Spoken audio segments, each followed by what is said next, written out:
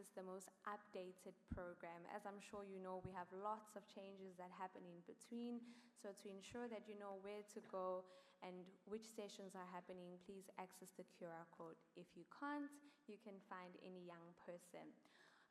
For those that need French and Arabic translation, please raise your hand or go to the box at the back and you'll be assisted promptly.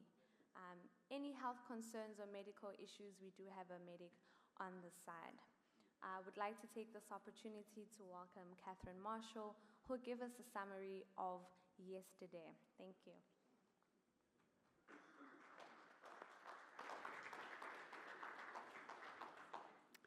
Well, good morning. We had a very rich day yesterday, so I am not presuming to try to do a full summary. You will have that when the write-ups of each session come out and then when we have an overview of the whole conference. But to give you some of the highlights, I think there were at least 4 different parts, or 5 of the events yesterday.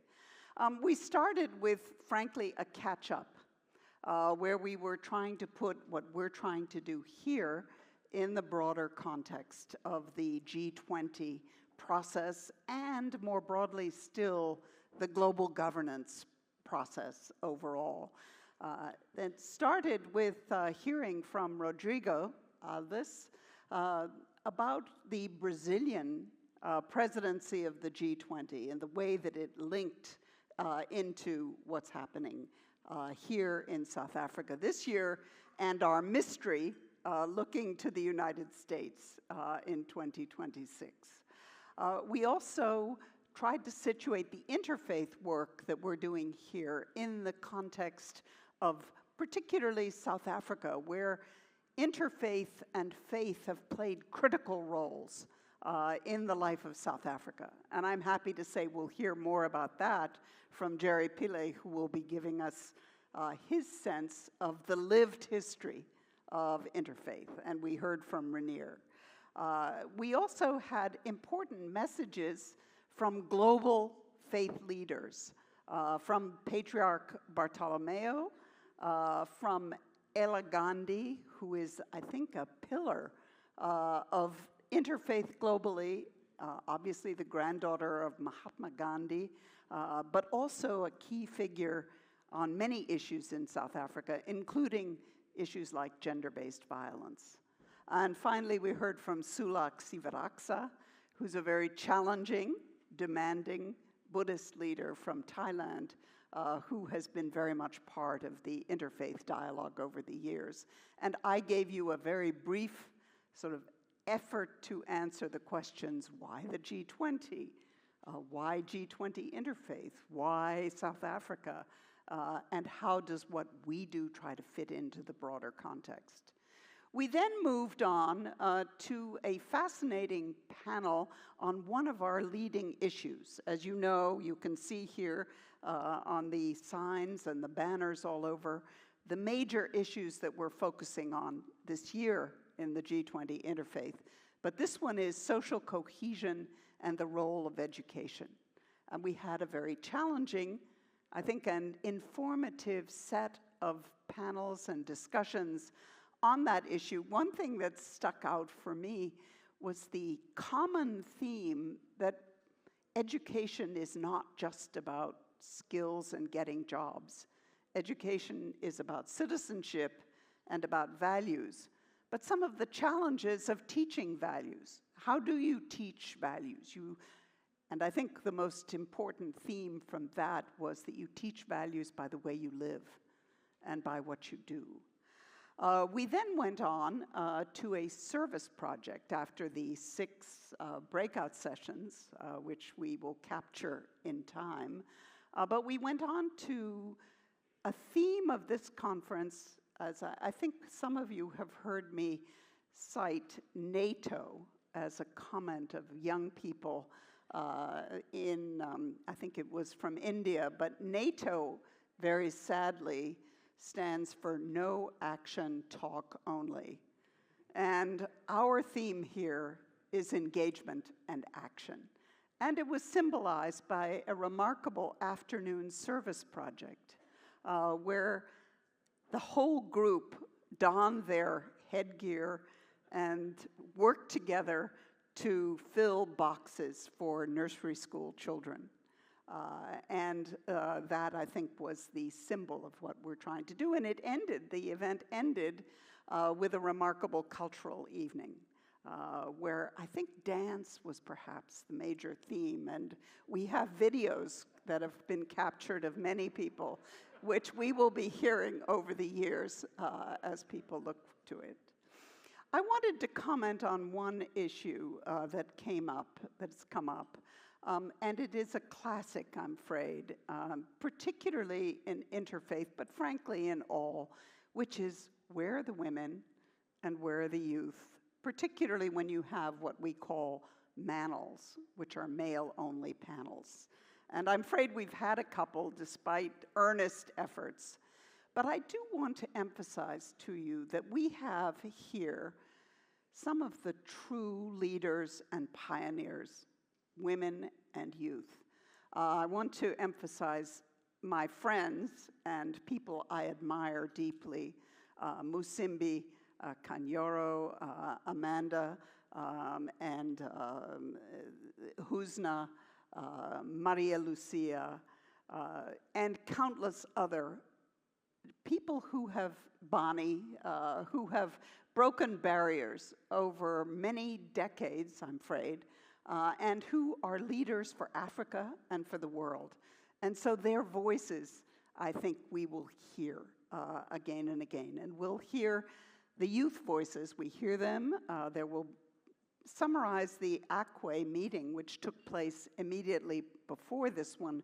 We'll be hearing about that in the closing plenary. One final comment.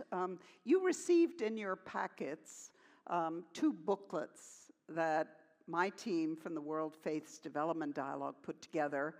One of them is a set of statements by leading figures, particularly religious leaders, on why we have this compelling, urgent sense that we need to deal with hunger and poverty.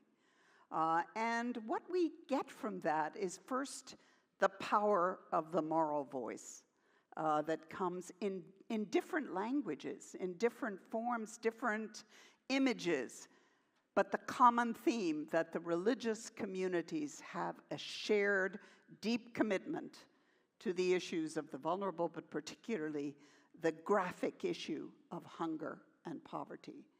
And the second booklet is much more, we talk about the heart, the head, the spirit, but also the hands. And the second booklet summarizes many of the programs and the advocacy groups, the perspectives of different groups that are working on the challenge of hunger and poverty.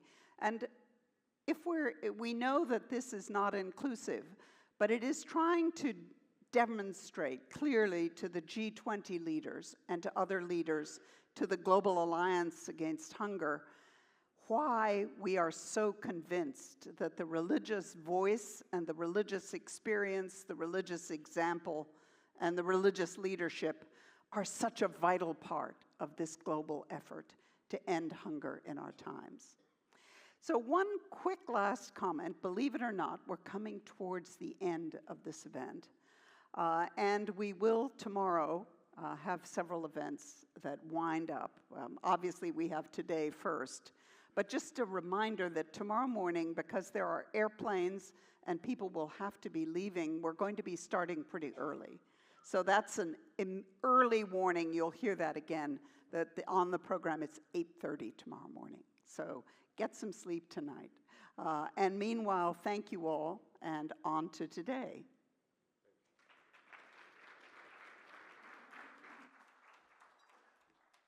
Thank you very much, Ms. Marshall, for that powerful reminder of everything we did yesterday. And I want us to appreciate the rarity that is in this room. We have pretty much every single faith or interfaith body sitting together in peace, in the same room, tackling global issues. No arguments, no saying my God is greater than your God, but we, as different members of different faiths, are exercising our intellectual abilities to have honest and proactive dialogue. So please give yourselves a round of applause for that marvelous work. And it ties in with the subject of what is all on our tags, Ubuntu in action. How do we not become no action, talk only, but Ubuntu in action? We started demonstrating it yesterday when we all came together to package more than 30,000 food packets. For today, we're going to do it a bit differently. We are going to be embarking on a very important plenary on what is the responsibility of faith in solidarity. What is your responsibility as a religious leader in tackling global issues? And for that one, ladies and gentlemen, please welcome the moderator, a senior fellow from Forest USA, Mr. Sam Worthington.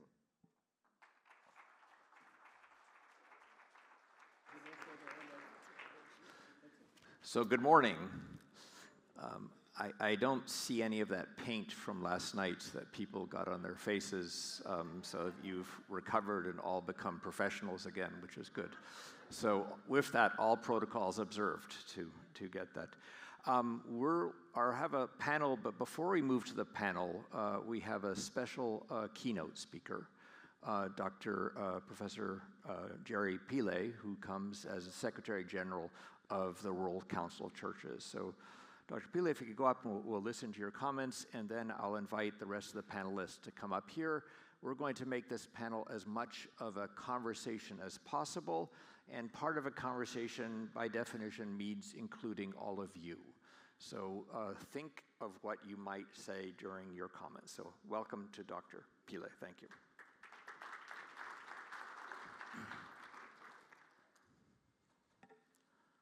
Good morning, dear friends, sisters, and brothers.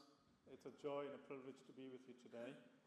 I want to thank the organizers of this gathering for the invitation to be amongst you and to share some thoughts about sustainability and in terms of religious responsibilities and action.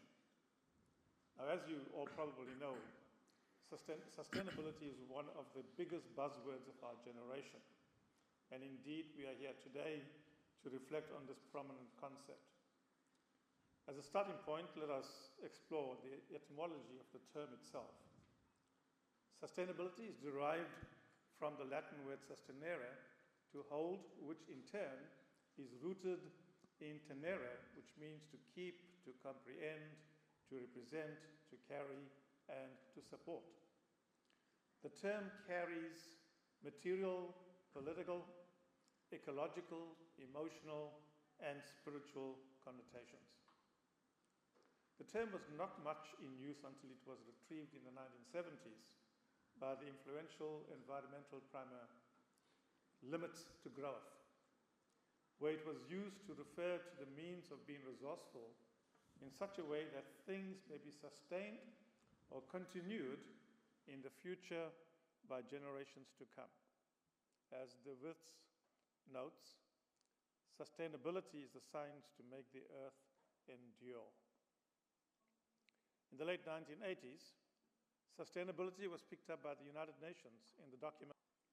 According to the report, sustainable development entails changes on the level of culture in order to promote patterns of lifestyle that impose limits on human needs and desire. Sustainability thus opposes the philosophy of unrestrained consumerism.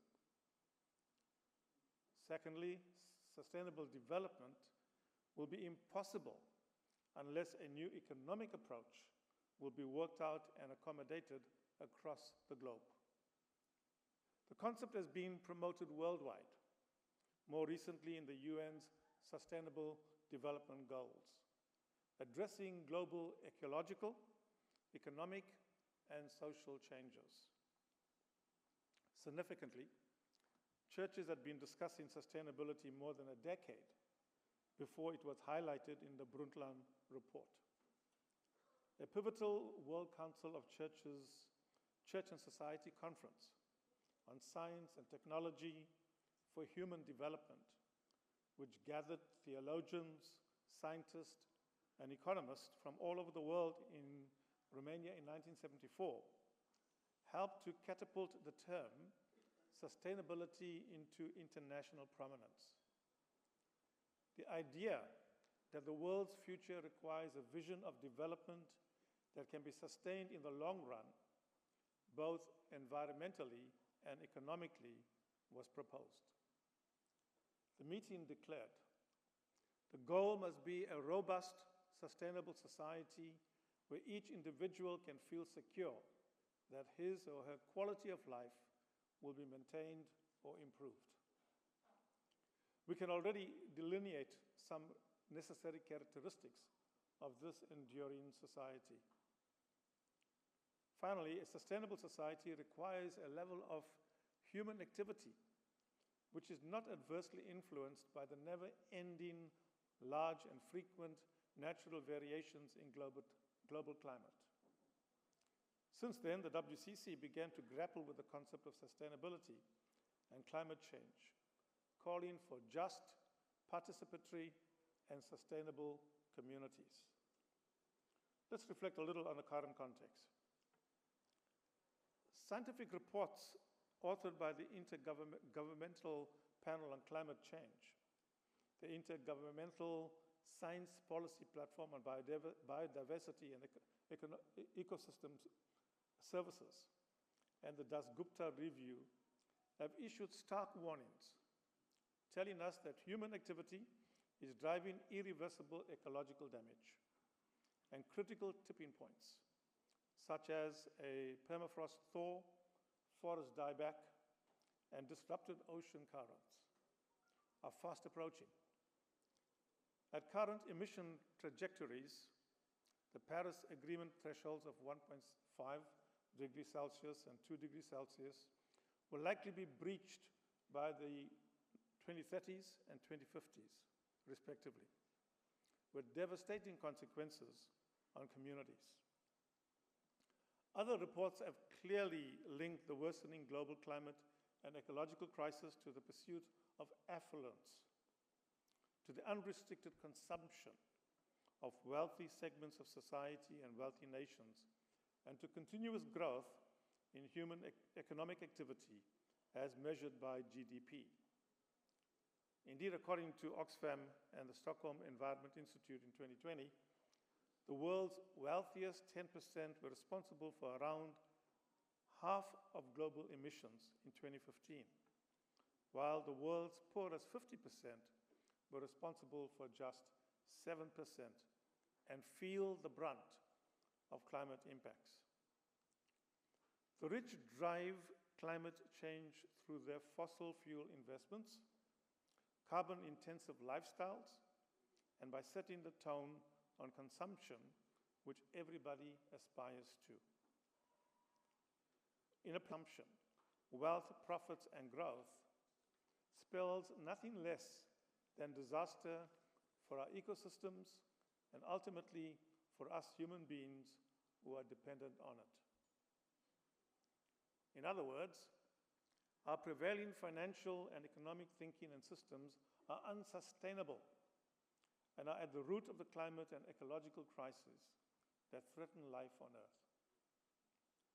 The original intention of sustainability, of shaping ecological, social, economic, and cultural dimensions in the interest of the future viability of all life, communities both in the north and south, humans and non-humans, together and in their interaction with one another, has been eroded in an era of neoliberal economic globalization. I want to reflect a little on sustainability and equity, which is one of the big issues in the South African context.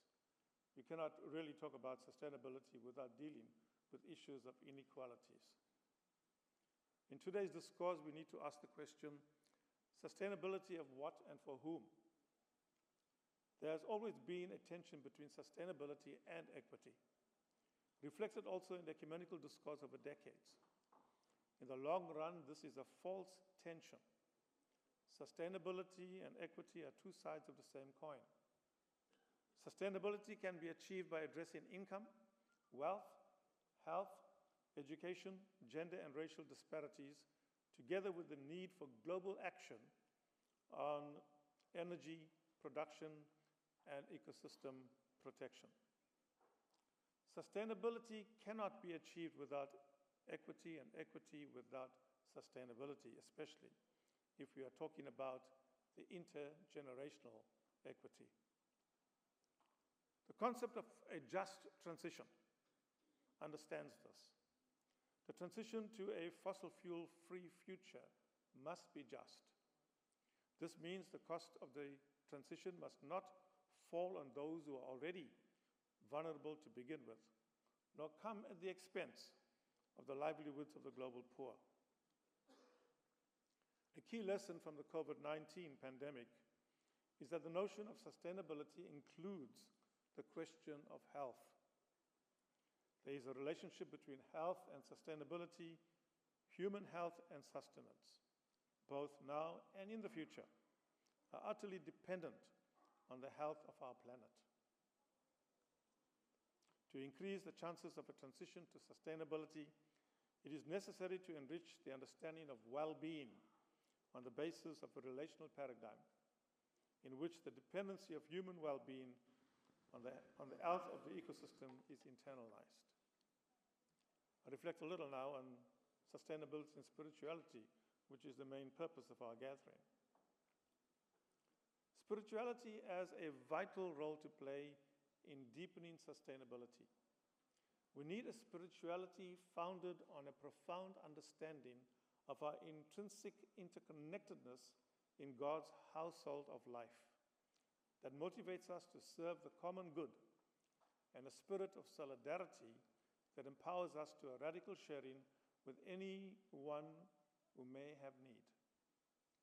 Yeah, we have a lot to learn from our indigenous brothers and sisters and from African, Asian, and other traditions as we speak about Ubuntu and other concepts. We need a spirituality that embodies God's turning to the world, meaning that such spirituality is integrated in the experiences of life and not detached from it. Such spirituality must sharpen our prophetic witness and call out the injustices prevalent in the world today. Prophetic witness and advocacy are imperative. We need a spirituality that expresses care and concern for creation, knowing that the earth belongs to God and everything in it. This perhaps is the greatest thing and advantage that we have as people of faith communities been doing together. Recognizing that this world belongs to God. Recognizing that we have a responsibility to keep this world in good stead. Recognizing that we are called upon as people of faith to protect this world if we are taking God's presence seriously in it. We need a spirituality that encourages good stewardship, reminds us of not only care for the earth, but to manage and use its resources sparingly and consciously, ensuring sustainability for future generations. We need a spirituality of sufficiency or enough to counter capitalistic and market-based values of greed and overconsumption that characterize the workings of our dominant financial and economic paradigms, but also manifest in our daily lives. We need a spirituality of resistance. That is, a spirituality that emboldens us to resist and challenge economic, social, and ecological injustices. And we need a spirituality of metanoia, or transformation, or repentance, a transformative spirituality that seeks the redemption of the whole earth and inspires us to discover creative ways of doing things differently, of developing alternatives. We have a critical task as communities of faith to germinate, propagate, and nurture such a spirituality that drives action. These points I have outlined indicate the responsibility and actions religious actors must engage in to make the world a better place for all people and creation. In the South African context, religious leaders have been working from the time of apartheid, working actively to dismantle apartheid. But even then, we have already started to work on issues of climate mitigation. And we have had people from different faith groups gather for many years now, working with how can we bring these concretely into our church and faith communities in a very actionized way to make it real. But the World Council of Churches has also been spending a lot of time on this whole idea of how do we deal with climate emergencies and crises in which we find ourselves.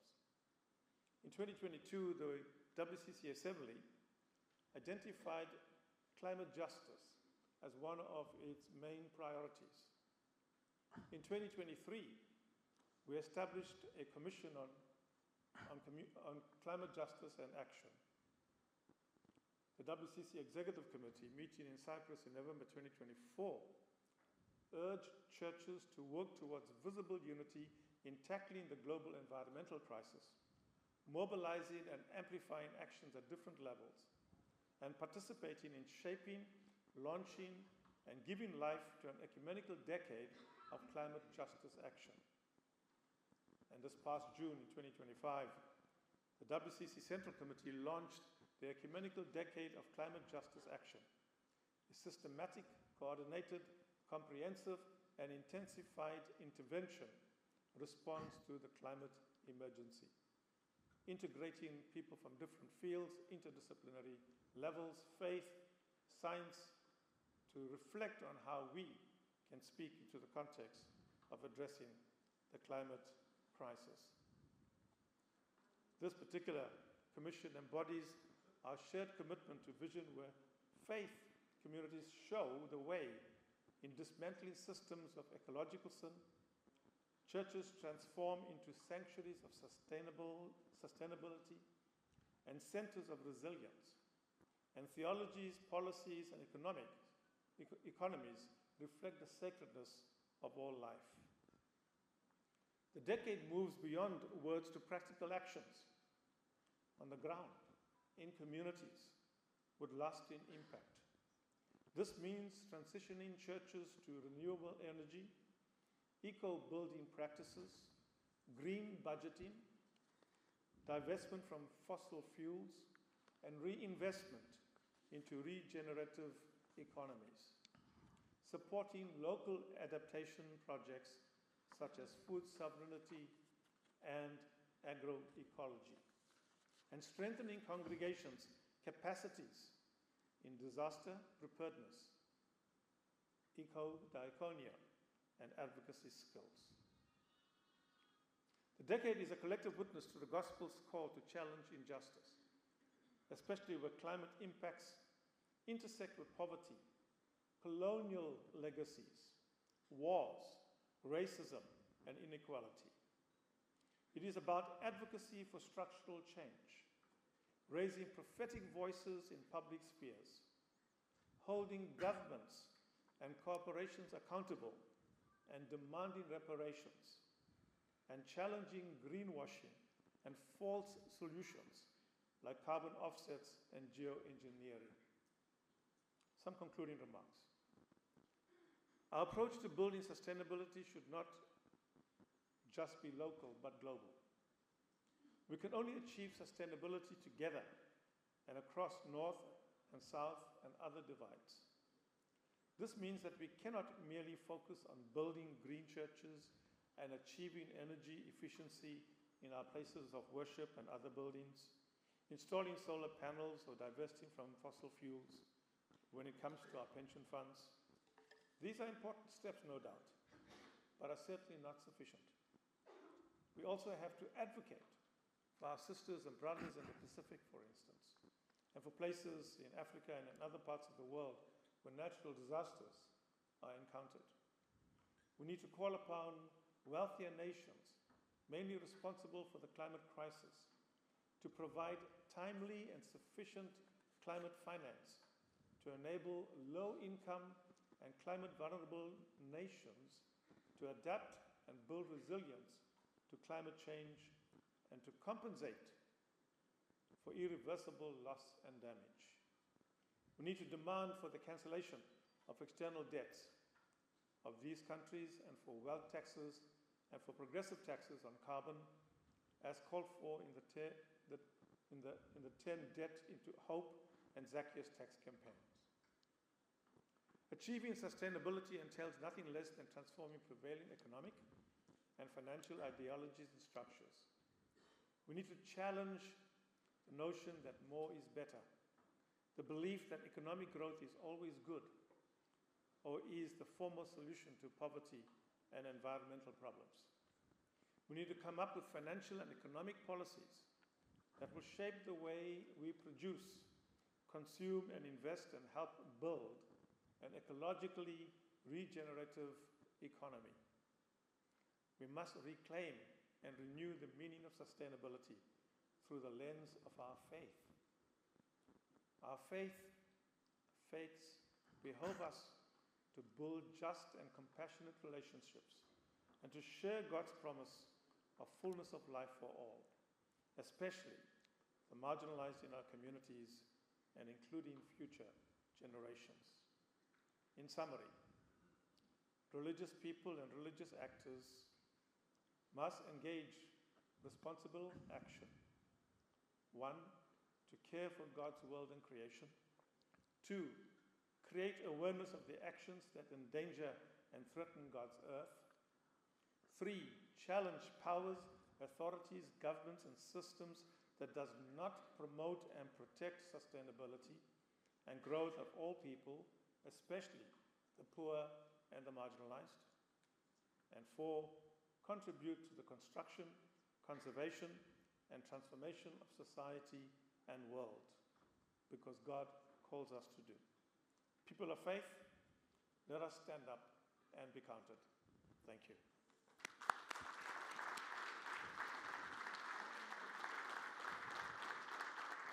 Thank you. If we could have our panelists come up and join us up here. I think we might be missing one mic if I have just one regular mic as well. And since we're going to be one more person, once you over here, I'm gonna pull the seat out. Here, on this side. I think we're. No, I'm okay. Panel will be to move down a level to see where I, within my tradition, can make a difference and move from ideas to action in this area. I mean, the climate crisis is only getting worse. We see extreme rain events, wind events, droughts happening around the world. We are in the crisis now. It is not something in the future, and is particularly impacting those who have the least resources to deal with it and the least capacity to cope with its challenges. It is here and now in our lives. And it is causing mass migration, is causing a dislocation of families. It is seeing a tear of the type of equity that we want within our societies. And so it challenges each of us, and each of us within our traditions, to try to make a concrete difference. And faith traditions carry deep reservoirs that we call compassion, of moral courage, of sort of community connections out there. We can inspire hope, we can mobilize, but it is very much an uncertain future for many to try to live lives with dignity. And so I'm going to be asking this core question of how can we call on our traditions to build resilience and sustainability and a just future in very concrete ways. We have some framing ideas that have already been shared with us. And our panel is going to explore this in some greater depth. And how do we move from the moral authority of religion to direct influence of climate action and policy in ways that we'll open it up to the audience at some point for your ideas on how to do this. And we, in essence, as faith communities, are responding to a reality where millions of people are forced to migrate and leave their homes due to environmental change. And the governments of this world, particularly my government, the United States, are responding in absolutely the wrong direction and causing greater harm rather than opening their arms. So with this in mind, I want to introduce you to our panel. It's evolved a bit since we've started, it was in there, but we will start with Sister Alessandra Semerelli, who I just noted in looking up is the most senior woman within the Vatican, and I think we are honored to have you as heading up the Vatican's Dioscuri of Integral Human Development, and thank you for joining us. We have Sombum Chumpampri, who, to make life easier for me, said I could call him Mu, who is the Executive Secretary of the Integrated Network of Engaged Buddhists. We have Elder Isaac K. Morrison, who is the General Authority of the Church of Latter-day Saints. And lastly, we're being joined by Rainier Klokenberg, who at the CDC Trust and Faith. And finally, given that we had a very powerful plenary speaker, why not invite Jerry to our panel as well. So I'll start first with a question for Sister Alexandra. The Lampedusa is both a tragedy and a moral call within the Catholic Church. And how have religious institutions, how can they help societies move from this, I would call this current state of what I would call global indifference is happening, to a global solidarity? And what call to action is there in the recent Borgo La Rossi? And if you could make some comments, Sister, thank you. Thank you. First of all, thank you. I'm very happy to be here and share with all of you. And I think this room is full of energy, and I hope that from here we can depart with some call to action, real action. And Lampedusa was mentioned. I don't know how many of you remember what happened in 2013 in Lampedusa, this small island nearby in between Italy and Africa, the north of Africa. That was a powerful message that Pope Francis wanted to underline at the beginning of his papacy. In summer 2013, an overcrowded boat of migrants and refugees departed from the North African coast and launched into the open sea. Many were fleeing social unrest, political persecution, human rights abuses, climate threats, in the way and hoping to find shelter and protection on European shores or another destination they could live with dignity and hope and peace.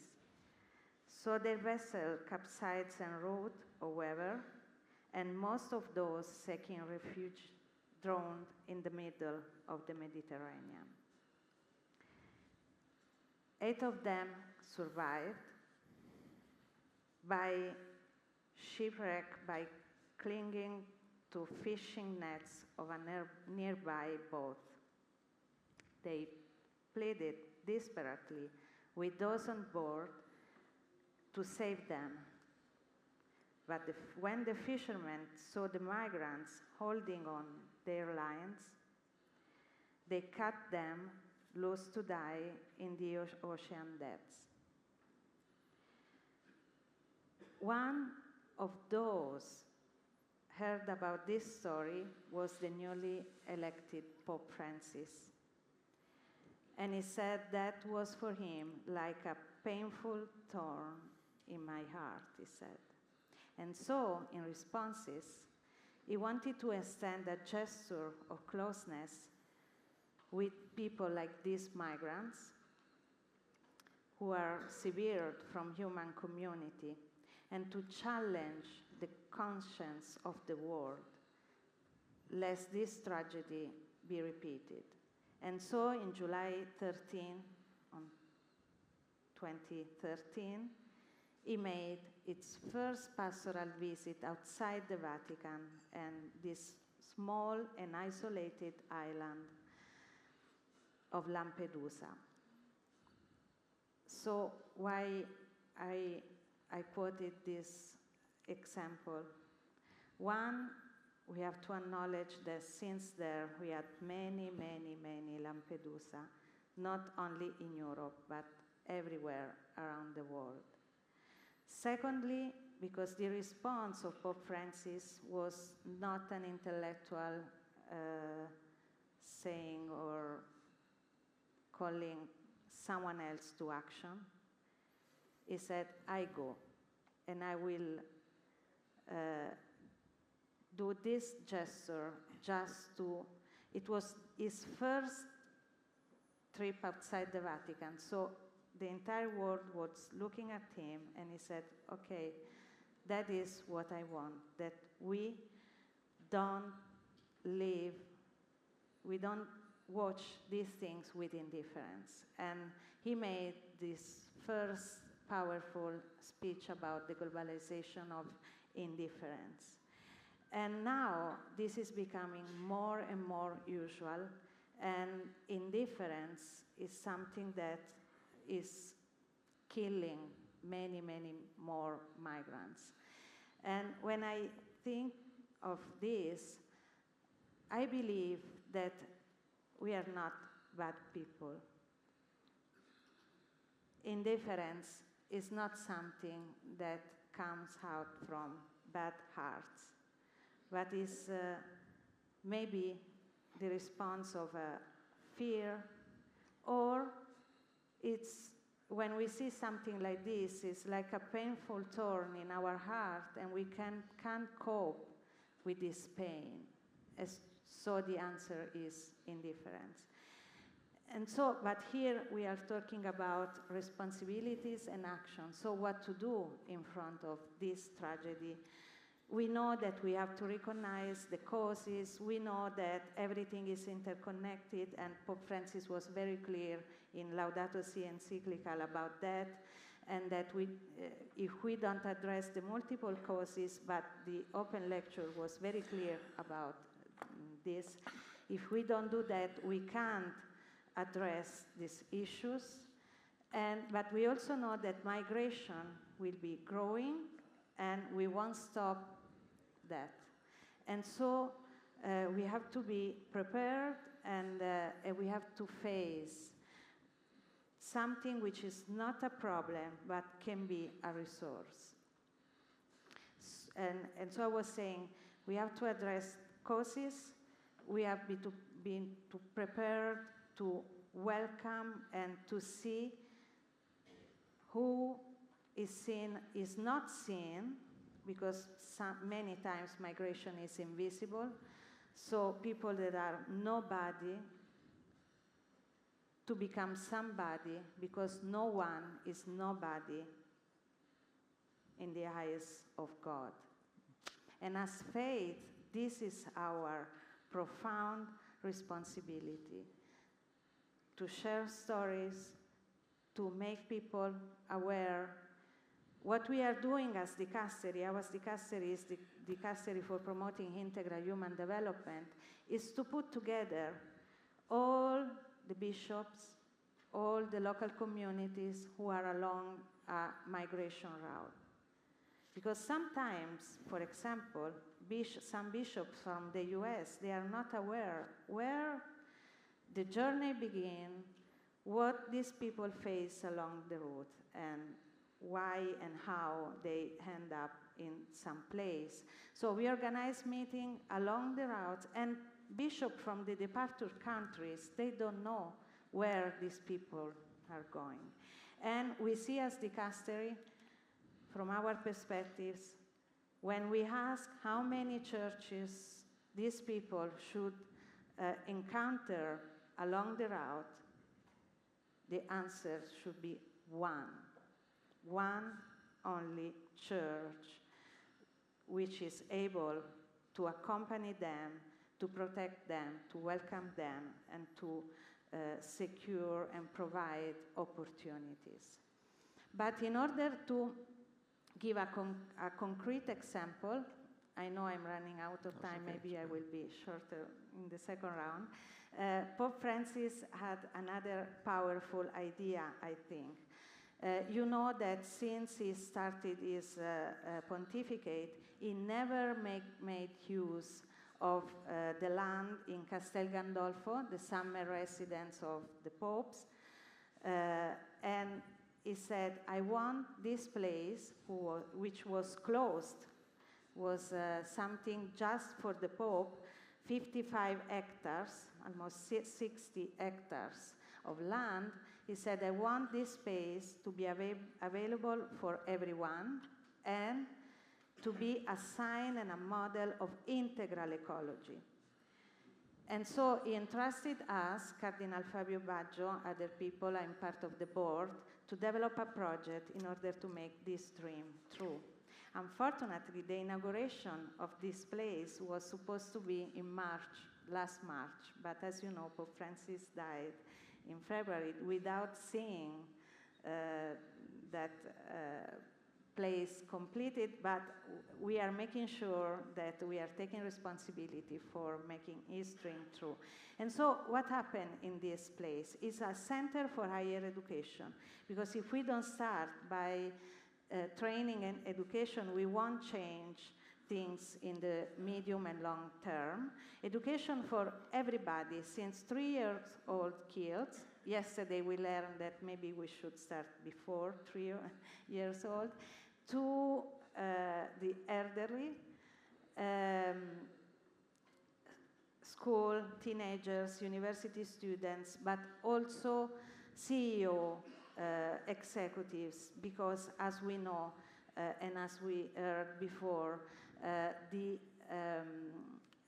business sector is the one causing more damage to the environment, so we should start from a conversion in that side,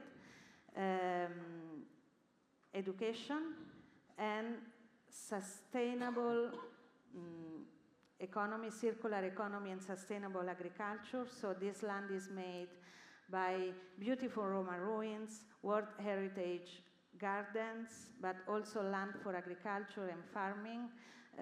So there is sustainable and regenerative agriculture practice, hospitality, restoration.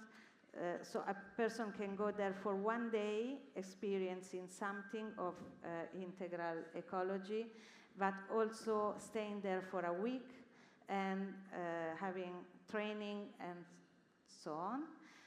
People will work there and zero waste, sustainability from an energetic point of view. So everything in line with Laudato Si principle and sustainable economy and ecology. But the most important thing is that training is also for migrants, refugees, people victims of human trafficking. And they are welcome there to learn a job. So the training is a vocational training.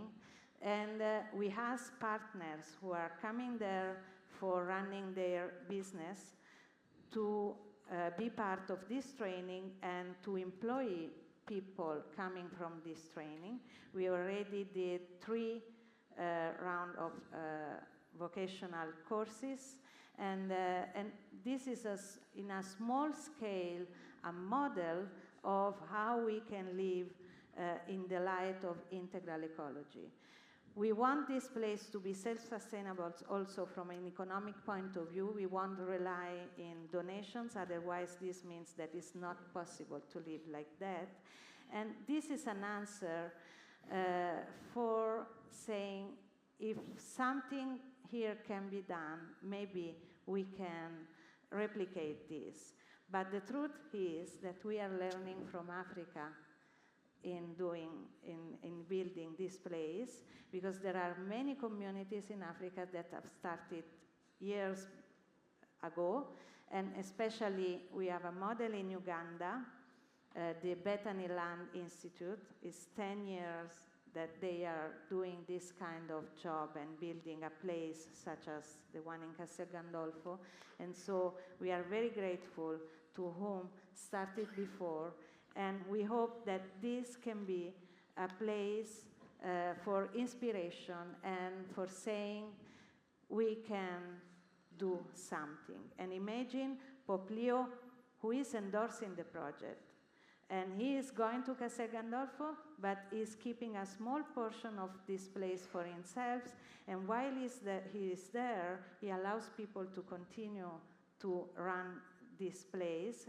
And so imagine Pope Leo inviting head of states and saying, I'm doing this. What are you doing for the environment? So we hope this can help. Thank you. Well,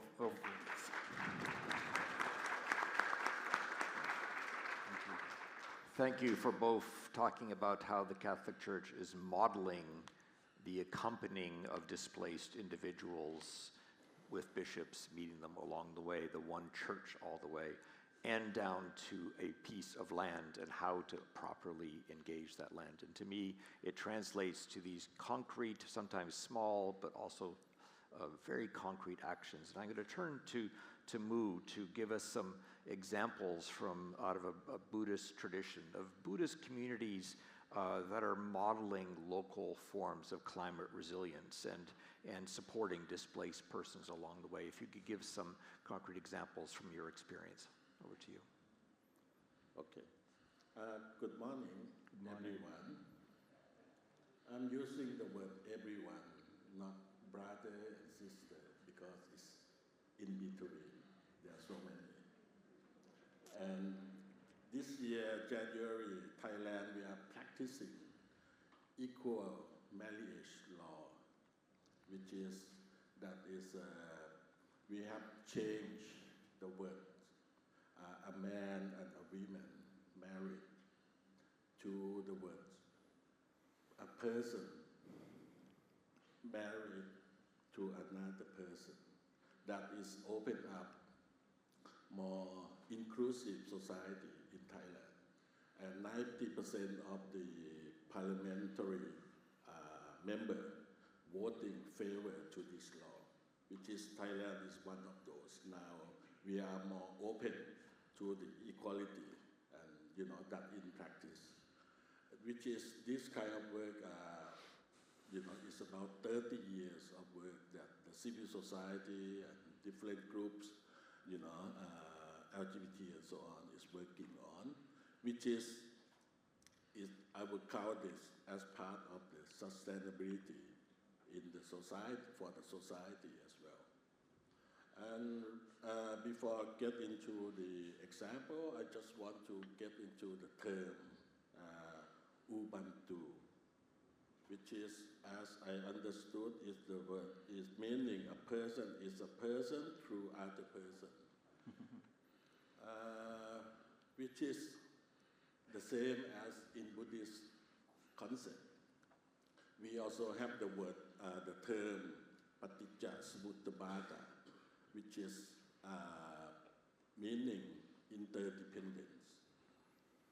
The word interdependence is, I think, similar to this Ubuntu, but for the Buddhist term, we are not just only focused on the human, we also go to the sentient beings, and sometimes we are using the word interbeings, which is more inclusive, and also we can include into the natural, the being as well. And yesterday topic is very important, especially on education, which is, I think, is we really have to rethink about the term education. For me, education is not equally to schooling. Education is go beyond that. And sometimes we are using the term that we are working on, we are called transformative learning. that is, in how we learn and transform into that. If we learn and we cannot transform, what's the use of learning? What's the use of education? Yeah. And so far, as we see that in this modern society, very much focused on individualistic society, which is education also the same. Education designed to focus on individualism, individualism, which is that can upgrade, can be, into that level. But the education never designed to strengthen, to empower the community, which is one of the value, the thing that we are missing here, yeah, especially all over the world. For example, you see now all the communities, all the villages around the world are dying. Only the old people and the kids over there. Whereas that the youth and also the middle-aged people, where they go? Moving into the city, moving to here and there. Education is another form to make a kind of destruction to the community power. A lot of talented young people get into the so-called education system. Those talented, those who are clever, those who are this and that, and then most of them will end up in the city, into wherever. And who will be at the community? And if we are going to focus on this vulnerable community, we really need, the first thing is we need to rethink about our education. How we can sustain the community, how we can bring the young people still live in the community and so on. This is one of the examples that we are working on, and also we are partnering with the Global Eco-Village Network. It's a new intentional community that is rebuilt the community. And also we are working on different kind of curriculum that is focused on sustainability. With the, you can get in Google into this Global Eco-Village Network, which is now over 30,000 eco-villages community, which is also a lot of the community based also on the worldview that focus on spirituality, which may not be the traditional religious, and they call themselves as a New Age community, and also apply the traditional community into it. This kind of thing also, we apply, we help, we are part of that developing curriculum. And also, we are also using curriculum to train a lot of people. For my experience, we are using, we did the 3 months training for the people from Myanmar in the past 30 years. And a lot of them are grown up, after the training, they went back to their community and developed the project from the ground. And some of them able to set up the community in Myanmar and become the NGO, become the local community organization, and so on and so forth. And from that also we help to work and maintain, as well as also we work to develop the curriculum in the monastic education, in the monastic school, also in Myanmar, in Thailand, in Laos, Vietnam, Cambodia. This kind of the work that we are developing, and also, one is for the young monks who to understand deep down into, Buddhism, as well as to respect the other friends' religions.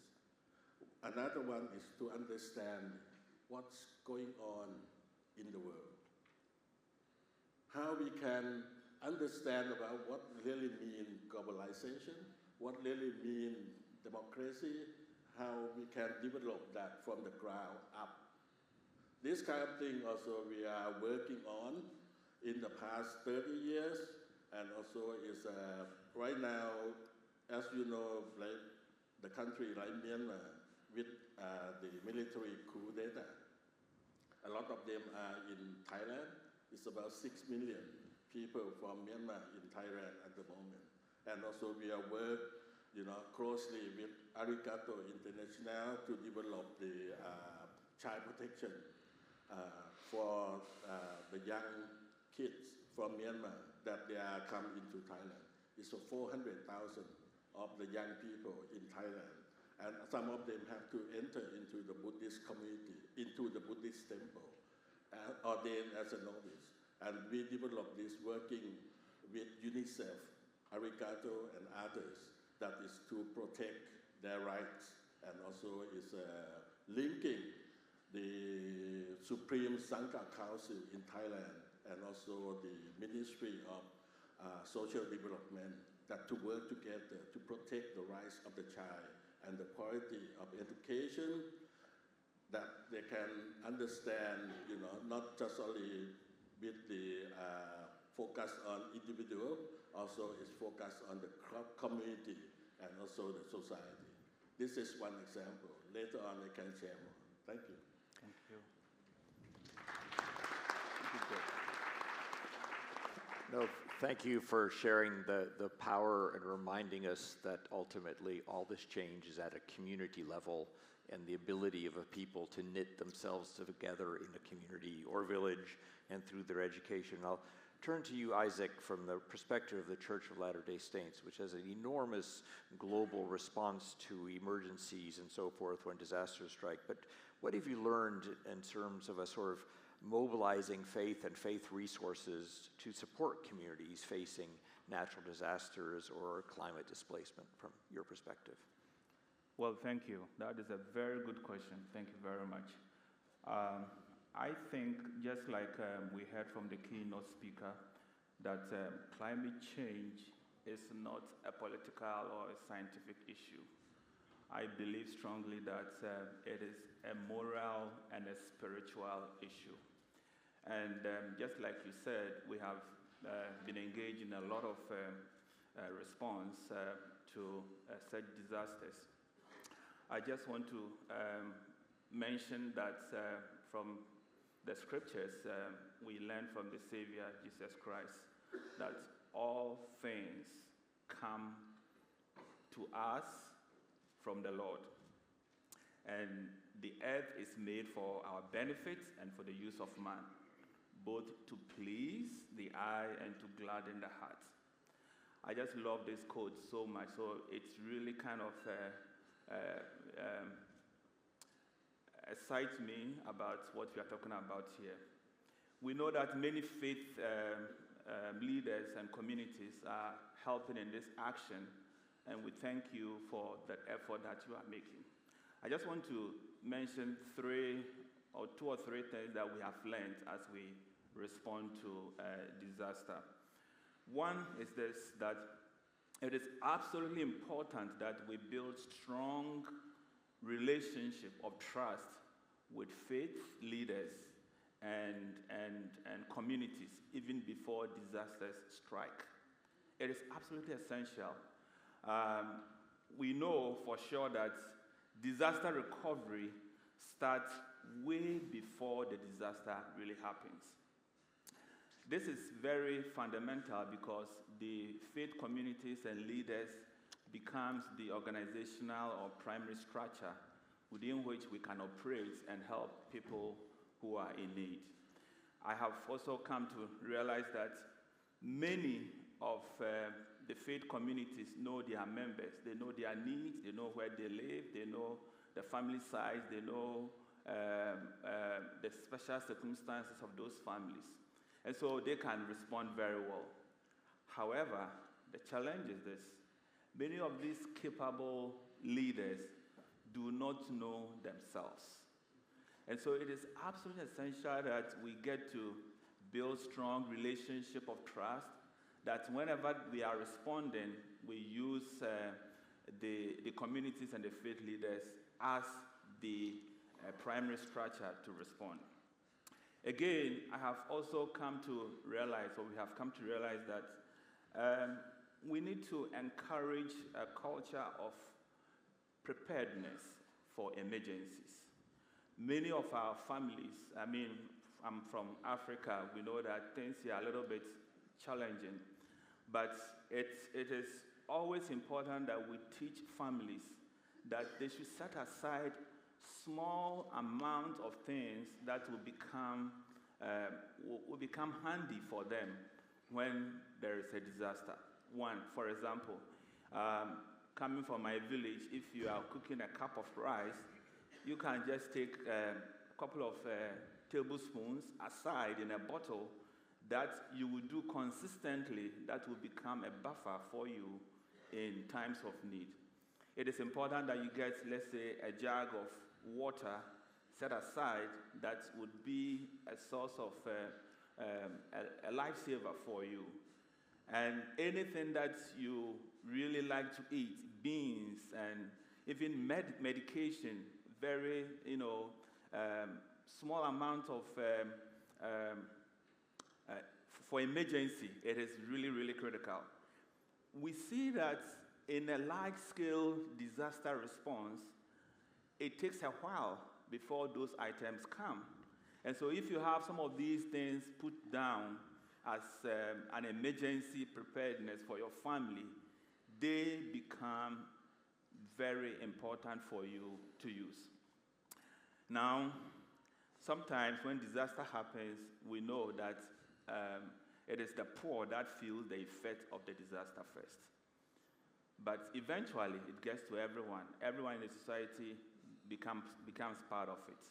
It's absolutely important that we get to teach our people to prepare for an emergency. It can happen at any time. Coming from Ghana in West Africa, some few years ago, I traveled with my family to another place, visiting a family. And when we got there, something happened, and we were just shocked to see the reserve this family has in terms of family or emergency preparedness. It was something that could feed a whole community for years. And that's really kind of, provoked my thinking. What am I doing in my own small family to be able to become ready in emergency situations like that?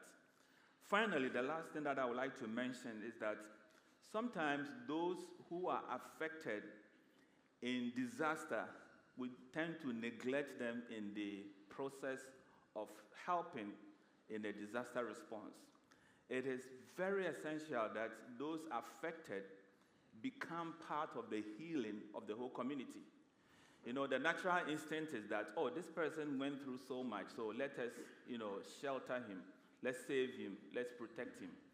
But if we can let them tell their story of this happened to me, and this is what I did, and this is what I'm going through, they become part of the solution. It helps in the healing process, in the trauma that they go through. They share things together. They can share stories together. They can even try to share small items they have together.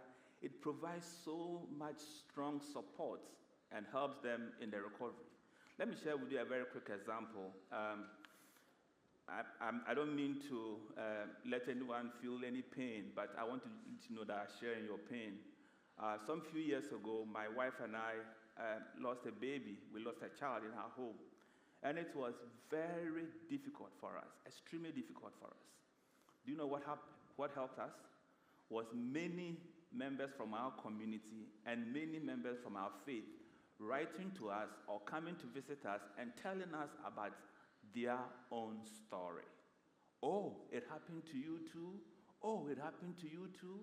That brought so much comfort and solace and healing to us. So I feel like we should always involve those who have suffered in helping others recover from trauma. I think I will just end here. These are the few things that we have learned. Coming from my faith background in the good books, the Savior taught in the book of Matthew, Blessed are the peacemakers, for they shall be called the children of God. Once we share resources together, once we share ideas together, we are becoming strong bond of peace community. And that is really what I have learned. Thank you.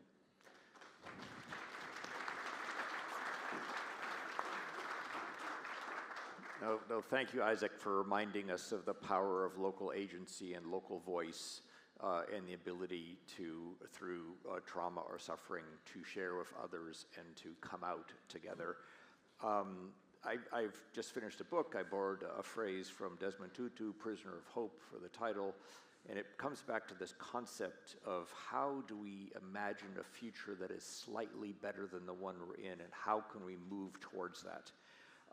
Rainier, moving to this concept of faith-based narratives, rituals that we have where people are processing loss, how do we help individuals find hope, act with courage, and face the disruption that climate is causing around them? If you could elaborate a little bit on the ability of individuals to tap their own reservoirs through community and others to imagine a slightly different future where there is hope and then move in that direction. Thank you. If you allow me, I will try to make this very contextual in our own context in South Africa by just making 3 points. I studied theology, and my professor always said, if you have more than 3 points, nobody will remember it. So the first point is, it's very tough when people don't have food to talk about climate justice. In many conferences that Jerry and I had with German colleagues, they kept on emphasizing green energy, and we were talking about poverty. It was always a bit of a conflict of priorities. That's a reality. So if we can't convince people in South Africa that the challenge of pollution and green energy is just as important for us as the global north that causes most of it, then we can't win the battle. And I want to give 2 examples. Our national energy producer, Eskom, is using most of the energy from coal. We have an abundance of coal and an abundance of pollution. So the life expectancy in the Witwatersrand, where most of the coal plants are less. You're dying younger if you live in the Witwatersrand because of pollution. It's just a fact. And that's a link in our own context that we must make clear to every level where we have an influence. This is not only something for the global debate, it directly impacts on life expectancy in South Africa. A second example is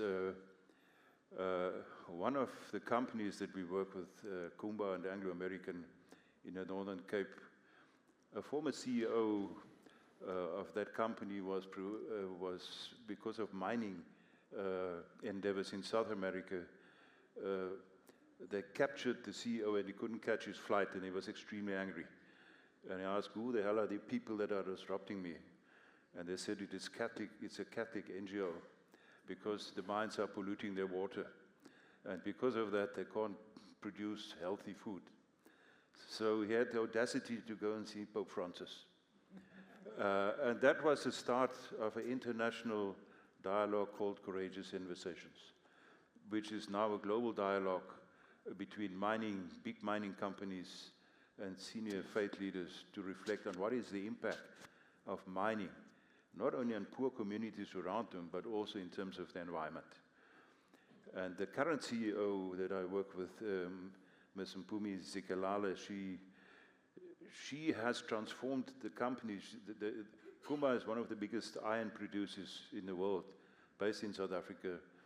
With new technology, she's reduced the impact just because of available technology. Of course, she has to make a profit, otherwise she will lose her job. But ultimately, new technology and science makes it possible to have less pollution. And linked to the Eskom example, some of your international funders now being part of a new financing deal for green energy, many of them funded our coal plants. but they didn't look the way that we tried to save money. There were too many intermediaries helping themselves on the way. So what happened is Mazerior in Germany published a book, in German they call it Wenn nur die Kohle zählt. That means when only the money counts. The technology was available to reduce emissions. It wasn't built that way because it would have cost too much money. So what I want to say with these two examples, last night we had a discussion with Bishop Sepuka and Mr. Mwaletsi Mbeki with business leaders, and one of our challenges in South Africa is accountability on all levels, in our electoral system, in our local government. What happens to the money? Where follow the money? That's previous Minister of Finance was passed on, said, if you want to root out corruption, follow the money and see who's benefiting. Now, I want to take a different route, if I may. Your biggest impact as faith leaders is, of course, your moral voice, your education, but you have a strategic advantage that no other sector in the world has, and that is you're based in every local community. Big companies and governments would give anything to have that advantage. But the issue is, do you see that advantage? How do you act as a local agent, as a mediator, to transform the way you live? Nobody has the footprint that the religious communities have in the world. And there's no one recipe that is the same for everybody at every place. There are differences. But in the chain of working together, we can transform all of this. So all I want to say, accountability also in the green energy is very important. The same guys that funded the coal plants are now going to fund solar plants. So watch out and partner with them. You don't partner with people that don't have money, because what are you going to do? So you have to convince them to put some of their money in what you are doing. And that you can do at every local level. Thank you.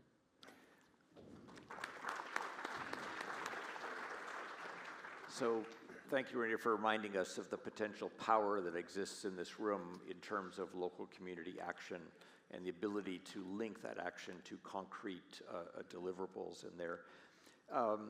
And Jerry, we heard a very powerful opening keynote from you, and I'll be asking this question also of the audience a bit. If you had to ask your faith community to take one bold action in the next year to advance a more sustainable world, climate justice, protects displaced people, if you had to focus on an action, you listed all sorts of different things, but where would you put your energy to make this vision a little more possible? Well, I think the key thing is to obviously create awareness, because there are many people who are living in the world who really are not aware, or even if they're aware, it doesn't bother them because it doesn't affect them, so they think. So I think faith communities have the responsibility to create that awareness. But moving from awareness, we need to move to mobilization. How do we mobilize communities and people to engage a lifestyle in which they live differently? And each of us have that responsibility. We need to understand that this living planet is home to all of us. And we each have a responsibility. It doesn't matter who we are. It doesn't matter from what background we come. We each have a responsibility to sustain this world for the next generation. And if we can imprint that in our minds, and if faith communities can do that to our people, then it's already a big stride in terms of moving forward. But also practical living is key. How do we mobilize? One of the things that we did in South Africa, for example, was to talk about eco-congregations. And eco-congregations tried to transmit the idea of living eco-friendly lifestyles, of how do we recycle, how do we make sure that we don't use plastic in a way that continues to cause more damage to living creatures. How do we teach people to live consciously and sparingly for others? How do we live in the context in which we are found, where we do not unnecessarily chop down trees and damage the environment? So each of us played that role, and we need to ask the question, what are the practical things that we can do? But I think also from the practical, we need to, and this is important because each of us play a role. Just by living in a particular way, changing our lifestyles, and ensuring that we live in practical ways that thinks about how do we preserve, how do we conserve, and how do we contribute to the climate crisis in a positive way. But also I do think faith communities have to play a critical role in not just putting band-aids and patches on the real problems. We need to understand the real causes, the real root, and get to the roots to eradicate that which actually puts us into a climate emergency situation in which we find ourselves right now. Because without ironing out and addressing the root causes, we're just simply doing patchwork. And it never sustains the future. It never improves the quality. It may do for some people who benefit from it, but the majority of people do not sustain themselves and carry any benefits from it into the future. So we really need to address the key issues. One of the key issues we've been talking about is the political interest. How do churches and faith communities realize that we have a role to play and we just don't leave it to politicians and economists and other people of different professions? I think faith communities and faith leaders need to understand that this is God's world. And if it is God's world, everybody has a responsibility to live responsibly. It doesn't matter what your profession or whatever you bring into it, you need to live responsibly. And we need to call that into question. We need to challenge that way it is not happening in a positive way. So we need to challenge governments in terms of political interests and agendas, but we also need to challenge the economic systems that are prevalent. How do our economies benefit the vulnerable and the poor? How does it continue to make the rich richer and the poor poorer? We need to be prophetic about these things. We cannot be silent. We need to be vocal, and we need to advocate for change. But one of the things that we also need to do as faith communities is not simply sit in the armchair of criticism. We need to get together and work together as faith communities, different faith communities, to ask, what alternatives can we provide? That's a key thing. And we must not think that we do not have anything to offer to economics or to whatever. It's not only in the area of ethics and morality, but also in the area of practical living that we have much to contribute as people of faith. Now, let me give you one example. Some of the churches and some of the Christian organizations have established a group called NIFIA, which is the New International Economic Financial Architect. And this group of people, they sit down and work together to try and find new economic systems. We just don't simply criticize governments for capitalistic systems and so forth. And we now say, what kind of economic systems may work better? So faith communities have a responsibility. So we have a responsibility on the level of the ground in working with people on simple, practical issues so that each person can live in a responsible way. But we also have a responsibility to tackle the big global issues and the root causes. But we also have a responsibility to contribute positively to change that speaks and creates a better world for all people as God wills for us. So I think faith communities have a very vital role to play. And I'm really happy that we're having these conversations because we have been having these conversations. But I do think that our strength comes together when we work together. And when we say to those who are in authority that enough is enough, and we have ideas of how we can change the world in which we think, in which we know is full of struggle and strife, but we have some positive injections to make the world a better place for all of us. So we have a responsibility as faith communities, and we must not leave it to others.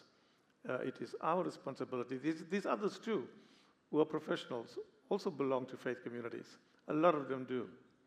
And how do we speak to them and work with them in engaging conversations on policy changes, and reasserting new ways of thinking and principles that actually supports justice, supports equity, supports freedom, supports development, supports community building, and a world of togetherness where all are treated with respect and dignity. Thank you. Well, thank you for that very powerful call to action, I would call it that. And then if I look out at all of you here, and I know I said I'd have people a chance, there are some mics out there, and I want to particularly focus on the women in the audience or others whose voices have not been heard. But if you would be willing to stand up and grab a mic and give us a very brief example of a call to action that you have done based on some of the themes that we have heard up here. So I'll move with this. There's two ladies right up front here. Thank you. How do you open this thing? So my name is Usha and I'm representing the Brahma Kumaris. I want to thank each speaker. I think what you said was really very powerful. Thanks. But there's a third thing that seems to jump up each time I heard each of you, and that call to action is something we do to the being.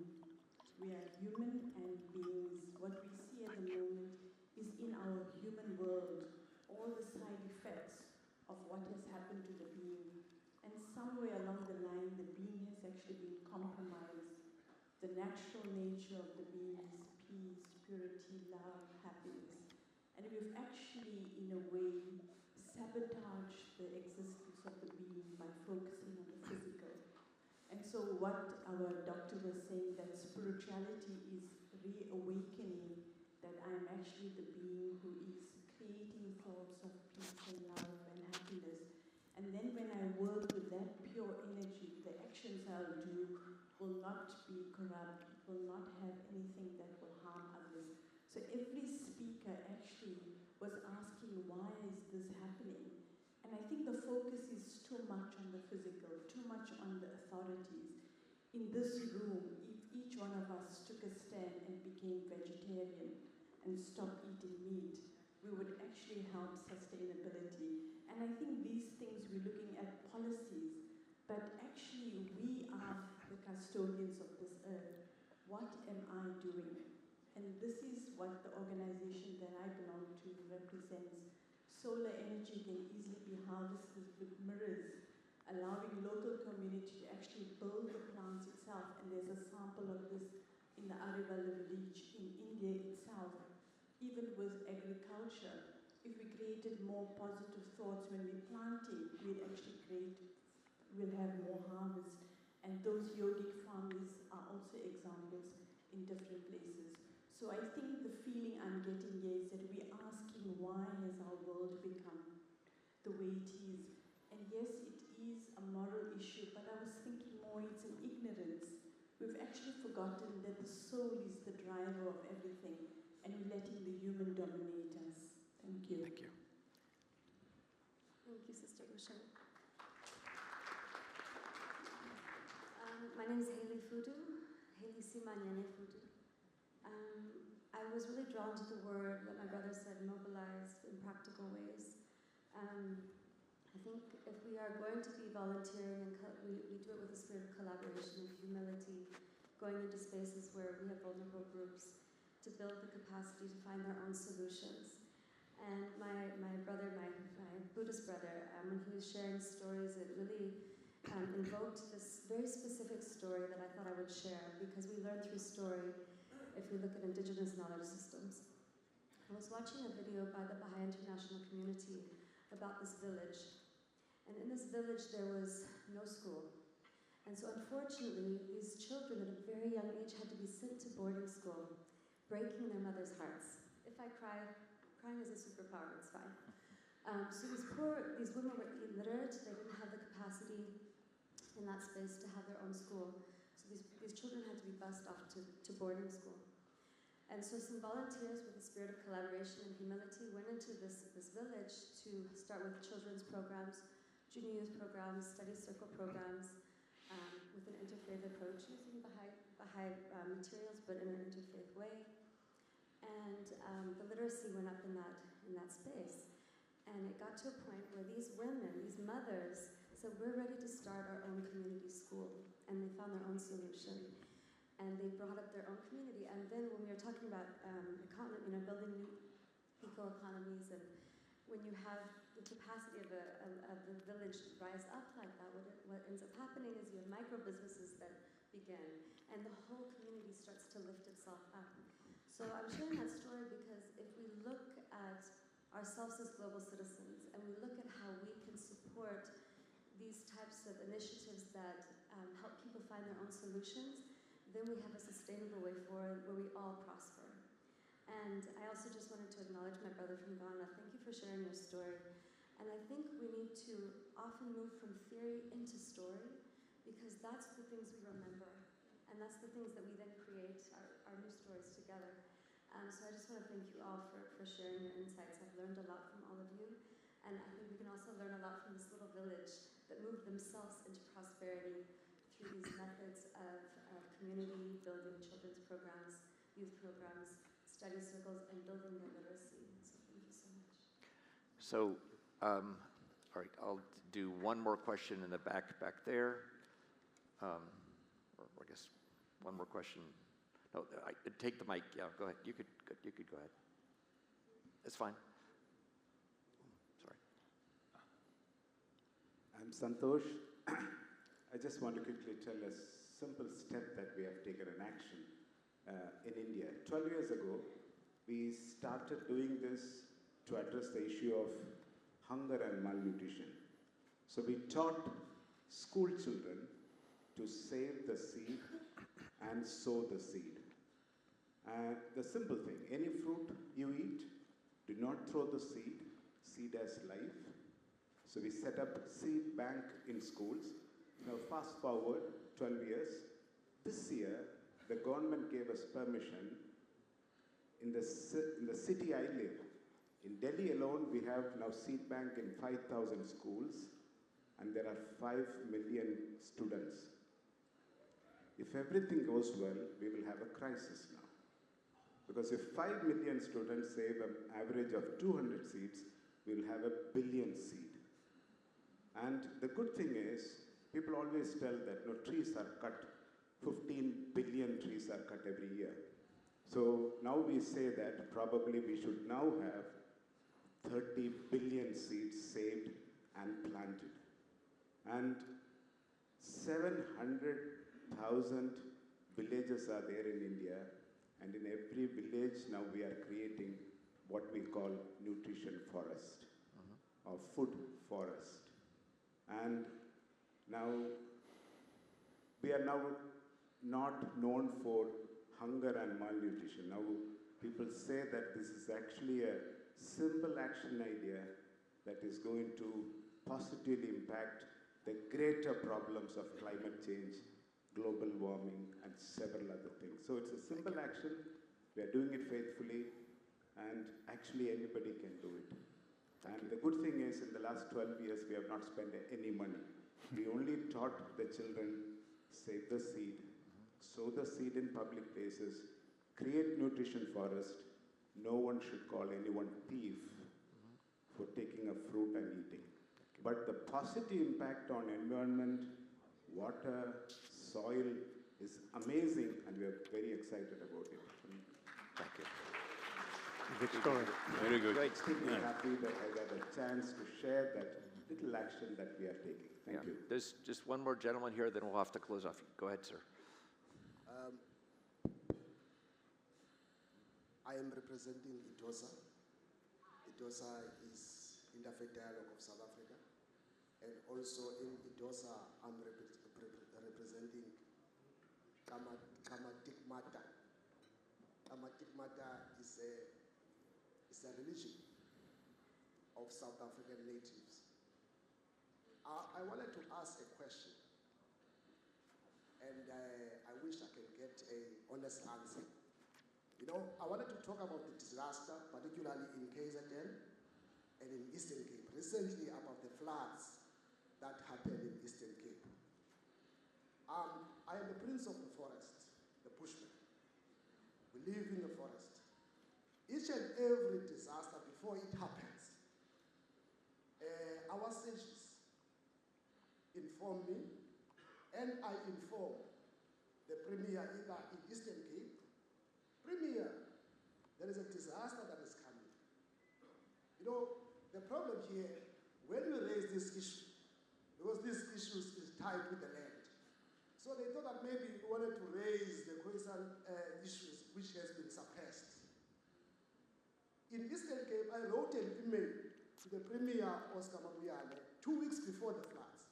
And I said, Premier, I demand a meeting to meet you and see how can we stop this disaster that is going to consume a lot of life of the people. And the Premier neglected me. 2 weeks after the disaster, I wrote him an email and I said to him, are you think that you are a credible leader to represent the people of Eastern Cape? Look what has happened in Eastern Cape. A lot of people have mourned, are mourning because we try to inform you, but I don't know what can we say, because this issue has been theorized. It's not a theory, but the African indigenous spirituality has been neglected in the table to offer the solution to the problem, because this problem is a spiritual problem. I thank you. Thank you. Thank you for that powerful question to end on here. We've had a panel that has done a very good job from different faith traditions of rooting things from the individual, from individual action, individual choice, to communities and what we could do to communities, to the concept of broader voice and pushing back. And this ties nicely into this last point. There are times when we raise our voice and say things need to change, and it is ignored. It is not heard. And in essence, a disaster that could have been avoided happens because people did not listen. But that means that you have to continually raise your voice again and again. And this is the power of this broader community, this ability to raise your voice from wherever you sit, to act within your own lives, to act within the lives of others. And I really want you to join me in thanking the panelists for providing a very broad overview of what it means to live sustainably. Thank you very much. When are you going back, Jerry? When are you flying back? So I think, if I understand it correctly, we are ending and we have a break for the next half hour. I'm looking for the organizers over there to tell me what to do next. But I do want to really, again, thank the panelists for framing this question in such a positive way of showing what is possible and not just the frustration that we all face. Thank you. So thank you for joining us. Thank you. Thank you very much for that powerful panel. Ladies and gentlemen, in the spirit of Ubuntu, we're going to have tea together outside for the next half an hour. So please enjoy the networking and the company. And we are going to turn this room into breakout sessions. Oh, we're not going to turn the room into breakout sessions. So you can go have tea, and then we will come get you when we are ready to resume. Quick announcements. For those that are leaving today or tomorrow, please ensure that you go to the registration table to inquire about transport and times of travel. Additionally, please ensure that you consult the program. After the concurrent session, we're going to come back here for the second plenary. Please ensure that you keep up with the program. Thank you. Okay, now I gotta get everybody. Yeah.